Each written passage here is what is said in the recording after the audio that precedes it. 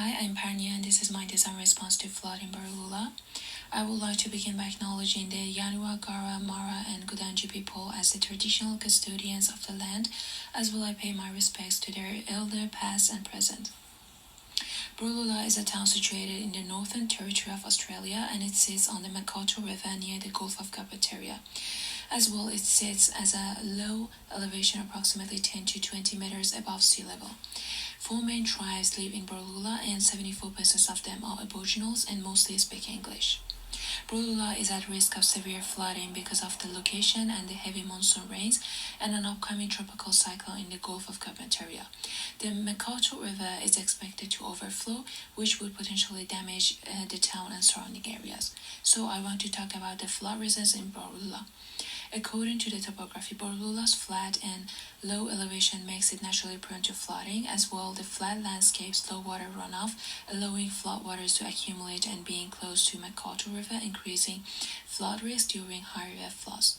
Due to the deforestation, loss of native vegetation because of mining reduces the land's capacity to absorb water, so less vegetation leads to more rapid surface water flow and contributing to flash flooding. The other reason is climate change that is leading to more frequent and intense rainfall events in the area. So this can exacerbate flooding in coastal areas and affect river drainage as well because of the shifts in monsoon patterns and cyclone frequency can lead to more extreme weather events. Flood in Borroloola have significant social, political, and environmental impacts on the community.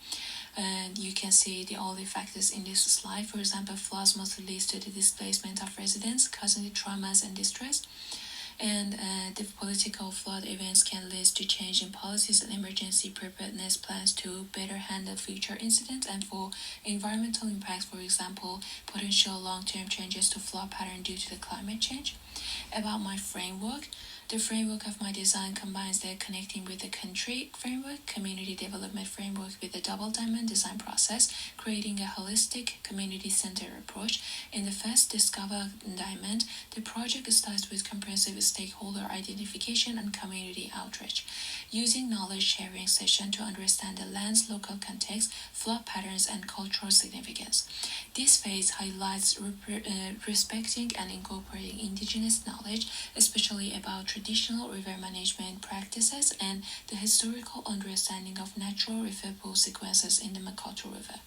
The defined stage of narrow the focus, forming a community advisory group and collaboratively identifying specific challenges and opportunities. So it combines traditional ecological knowledge with scientific data on flooding and erosion. It includes analyzing the river's current flow pattern and identifying location for river pool sequences. The develop stage, the second diamond in the double diamond design process, is an important stage that develops possibilities through co-design workshop. The community and experts collaboratively refine the geotextile and river pool design. This iterative process is the key for ensuring the solution align with local needs and cultural practices, containing native plans for bank stabilization and traditional river management techniques.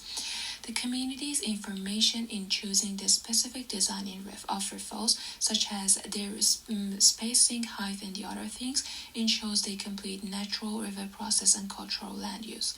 The delivery stage involves implementing the chosen solution with community involvement, prioritizing local employment, and ongoing community-led monitoring. So it includes the physical construction of riffles, installation of geotextile, and planting of native vegetation. The community is trained in maintaining and monitoring the river pool sequences, ensures the long-term sustainability of the project. About my design, first I must to say these are my materials and these are my construction steps. Due to the severity of the flood in this area, I decided to use two complementary solutions installed at strategic location along the Makato River. Crucially, we start installation upstream of Borroloola to reduce the water flow speed. As I showed in map 2, we implement the river pool method, constructing a series of rock riffles spaced during the bank full width. This design creates alternating shallow, fast-flowing section and deeper, slower pools, effectively reducing water velocity, dissipating energy, and enhancing habitat diversity before the flow reached Borroloola. As the river approached the town, as I specified on the map, we transitioned to a layered system of geotextile and coil fiber bioblocks, especially in the curve section. This starts with installation non-woven polypropylene geotextile along the riverbank, which provide immediate erosion control by stabilizing soil particle while allowing water to pass through, followed by staggered placement of coal fiber bioblocks to absorb and slow water flow, while their structure traps sediment slowly building up the riverbank. Filled with local soil and native seeds, these blocks also support vegetation growth, including mangrove still lying in the coastal areas. As plants establish, their roots stabilize the soil and increase water absorption, enhancing the flood mitigation effects over time. These structures create robust flood barriers, especially effective at river bends where erosion risk is the highest. This combined approach offers holistic flood mitigation. The upstream river pool sequence manager river flows then reduce flood peaks, while the downstream geotextile and bioblock system provides strong protection against local flooding and erosion, especially in cave section. Together, these solutions improve water quality, enhance biodiversity, and create a resilient, adaptive system that represent the local ecosystem and cultural practice of the Borroloola community. These are my references, and thanks.